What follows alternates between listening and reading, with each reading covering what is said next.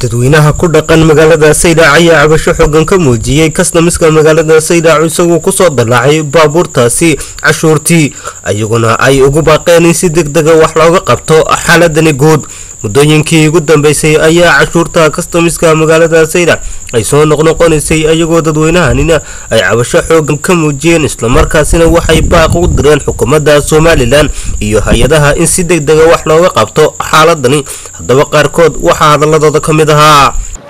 dawladdu berberana cashuur gaaray ka qaadaa oo yartahay tan cashuur weyn ba ka qaadaa madaxweynaha Siiraayo waddanku ma laba madaxweyne u leeyahay misaal madaxweyne hal madaxweyne hadduu leeyahay de berberana wax yar buu ka qaadayaa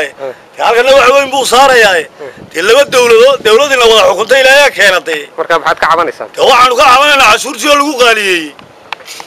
si kastaba ha ahaatee mudooyinka dambe ayaa waxa soo shaqbaxayay cashuuraha amba lacagta lagu dalacayo baabuurta iyagu iskaga kala goosha wadamada Djibouti iyo Somaliland waana markii labaad ee cashuur noocan ah lagu dalaco waseeshe maamulaha kastamka magaalada Saylac oo noo suurta galin inaanu la xiriirno isla markaasina isagu dhagaha naga furaystay Xuseen Maxamed Cabdilaahi shiniilenews magaalada Saylac.